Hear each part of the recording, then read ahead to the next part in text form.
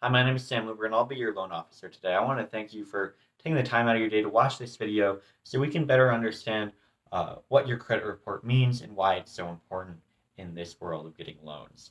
So I'm really excited to get into it and help you understand what's going on. So I have a little agenda today. What we're going to cover, and so we're going to cover why it's super important, why your credit score is important, and the benefits and disadvantages of a good or bad credit score and credit report. And then we're going to move on to what goes into your credit report.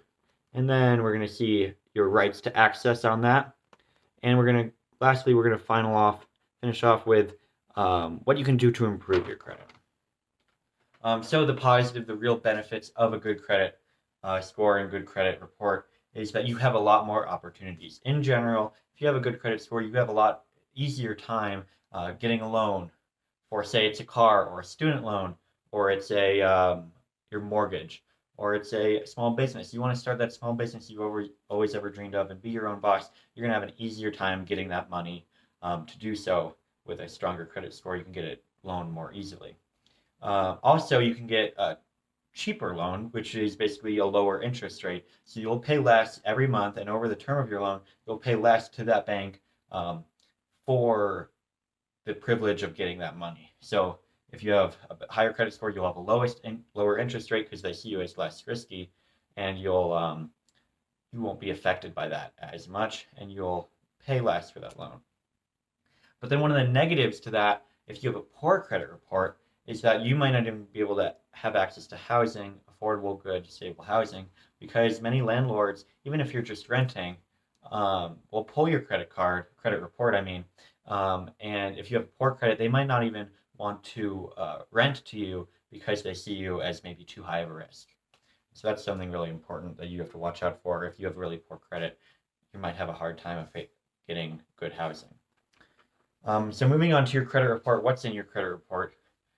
So basically, there's two sides of your credit report. You have your credit score and your credit report. And your credit score is a little number, go from 300 to 850, 300 being the worst, 850 being the best.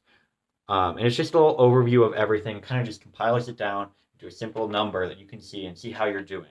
And so if it's all the way down here in the red, below 580, then you're going to have a hard time getting a loan. But if it's up here above 750, then you're going to have a really easy time getting any kind of loan that you might need. But of course, when you're applying for a loan, the credit agencies or the creditors will go much more in depth, and they'll look at your credit report, which shows a bunch more information, like your identity, so they can identify you as the person that you are, your credit account info, so that's any kind of different loans or other accounts that you might have. Say it's like a credit card or a mortgage or a student loan or car loan, anything like that, they'll see that on there. And so it'll show how long you've had that, what type of loan that it is, the balance remaining on that, and the payment history that goes along with that. So if you missed a payment, that'll show up on your credit report. And so with that payment history, that's the biggest part of your credit report at 35% of your credit that goes into your credit score. And so that has a really big impact on your credit. If you miss a payment, that's a really big deal. You want to try to correct that. You want to try to make sure that doesn't happen in the future so your credit doesn't get worse. But if you have a really strong payment history with a lot of on-time payments in the full amount, then it'll bring a big boost to your credit history, your credit report in general, because that is that strong foundation of your credit. Also in there, 30% is your credit utilization. And this basically is the amount of money that you owe to people, the total amount over the total credit limit that businesses have given to you. So this just shows how much money that you've made use of out of the total amount that you're allotted. And that just means that if you have less, usually the credit bureaus like to see less than 30% utilized, the less the better. That shows you're responsible, you'll pay back everything on time, you're not using too much. If you default, it's not going to be that big of a deal because you aren't using much credit in the first place. So that shows a really strong thing there. And then also on there, 10% is your credit mix. So that's different things like you have a car loan, you have a mortgage, you have a credit card, all that kind of mix is a good little benefactor to your credit report. And if you only have one type, that's going to be a little bit of a hit to your credit score, but that's only 10%. So then another 10% is your new credit. So that goes along with a inquiry. So a credit inquiry is when you access your credit in some way. And so there's two types. There's a soft inquiry, which is you just accessing your credit. So you get your credit report. That doesn't mean anything in terms of your credit. It won't change it. It'll just be on your report, and it doesn't really mean anything in terms of it. But a hard inquiry is when you go to a bank or some kind of institution, you apply for a loan. They'll pull your credit, they'll look over it, they'll review it, and that'll show up on your account.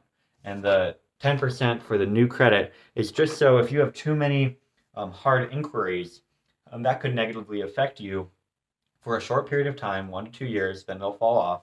But if you have too many in a short period of time, that increases your risk to creditors. And you'll see that on there. And then the last part is your credit history. So if you have a long history, that's a bonus for people. They want to see that. That's a good thing.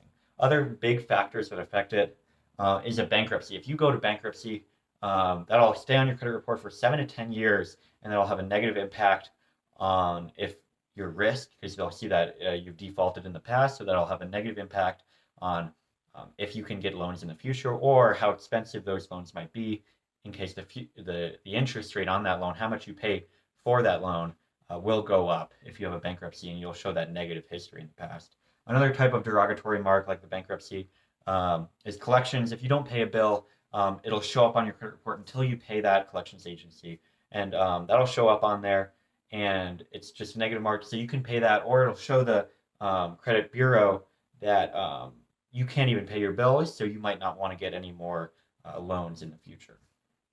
Any more loans on top of that, because it could be a high risk of defaulting on that as well. So moving on to your rights as to accessing your credit. So every year, every 12 months, you get access to one free credit report from each of the major 3 U.S. credit bureaus. That's Equifax, TransUnion, and Experian. You get one per 12 months for each of those. And so you can access that. You can go to a website like annualcreditreport.com, annualcreditreport.com, and you can access that. They have a bunch of information out there, and you get free services like that. If you need more, if you want to access it more often, you can get your free credit score, which is just the overview of it from a lot of credit cards or online websites can show you that for free, and it'll be a soft inquiry. It won't affect your credit negatively. But all other rights that you do have as a credit person is you need to be told what's inside your credit report. And so that has to do with your access of your credit, but it's your responsibility to access that and to view it. You also have the right to dispute. If you see something on your credit report that doesn't look right, that you don't think happened, and maybe it's negatively affecting you, you have the right to dispute that with the bureau, and then they, unless it's super frivolous, have the obligation to investigate that. And if it's incorrect, you have the right to corrections for them to correct that mistake. Also, your information on your credit report is private. It is not for anyone to use, and you have to give it, and it's only given to people that need it. So that goes to one of your questions about why the car dealer might need it, need your credit report. And so they need that so they can make an educated decision on how much to charge you for interest, and if they should give you that loan. And so that provides them all the information they need to make a well-informed risk assessment on you, and if they have too much risk on getting their money. And so with fraud, you can also, there's legal things called a credit freeze, where you can freeze your credit so that no more credit can be applied. And so that's a big benefactor, and you have a lot of more choices when that comes to if you are a victim of identity theft. There's a lot more information out there and resources that you can use and rights that you have in case of that. And moving on to how you can positively improve your credit. If you pay on time and you use less than 30% of your credit, and you apply for new credit enough that you have a credit card and a couple of accounts that you have a strong payment history, your credit will go up fast. And if you're young, you can even be an authorized user if you can't get credit, and you can start your credit history early, so that'll have a positive impact on your credit for the long run. And so I really want to thank you for taking the time to join me today, and the really impacts on broadening your opportunities and having that strong foundation for your credit. You can get any loan, and you can do really anything you want with your credit. So I want to thank you again for spending the time today. And if you need anything, please just let me know. I'm always here to help. Thank you.